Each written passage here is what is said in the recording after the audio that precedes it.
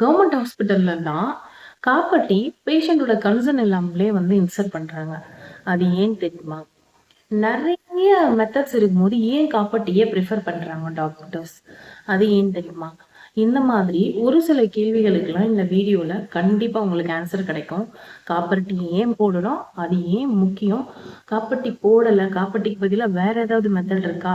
எனக்கு ஏன் காப்பர்ட்டி எல்லாருமே ரொம்ப இம்பார்ட்டன்ட்டா பேசுறாங்க. கவர்மெண்ட் ஹாஸ்பிட்டல்ல மட்டும் ஏன் நம்மள கேட்காமலே காப்பர்ட்டிய போட்டுறாங்க. இதே நெறைய பேர் எத்தன பேர் ஜிஹெச்ல டெலிவரி பண்ணியிருக்கீங்க அப்படின்னு சொல்லிட்டு எனக்கு கமெண்ட் செக்ஷன்ல கமெண்ட் பண்ணுங்க. அவங்களுக்கெல்லாம் கண்டிப்பா உங்களோட கன்சர்ன் இல்லாமலே உங்களுக்கு காப்பாத்தி வச்சிருப்பாங்க. அது ஏன் வைக்கிறாங்க? எதனால வைக்கிறாங்க? இது கவர்மெண்டோட ரூல்ஸ்க்கு கீழே வருதா? இது வைக்கிறது சரிதானா? உங்களை கேட்டுட்டு தான் இதை வைக்கணுமா? இல்ல கேட்காமலே வைக்கலாமா?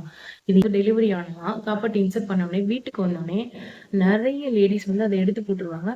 இல்ல அது கொஞ்சம் நீங்க ஷேக் பண்ணீங்கன்னா அது தானாவே விழுந்துரும்.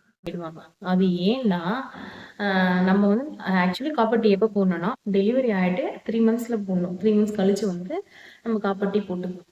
ஏன்னா சில பேர் குழந்தை பிறந்து ஒரு 3, 4, 5 மாசத்துலயே 2வது பேபி ஃபார்ம் ஆயிடுச்சுன்னு வராங்க.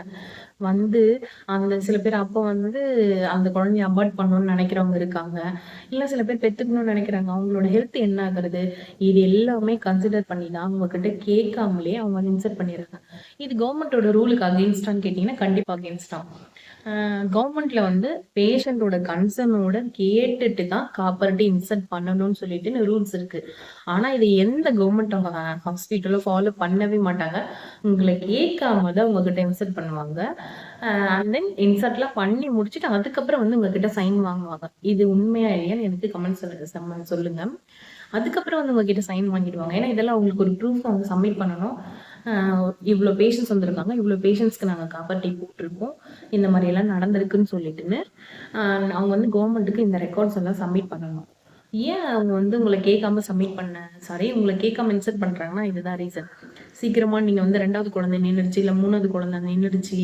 சில பேர் ஃபேமிலி பிளானிங் ஒத்துக்க மாட்டாங்க 2 குழந்தை பிறந்த பிறகும். ஸோ அவங்க எல்லாருக்குமே கவர்மெண்ட்ல கேட்காம தான் இன்சர்ட் பண்ணுவாங்க. இதுக்கான ரீசன் இதுதான்.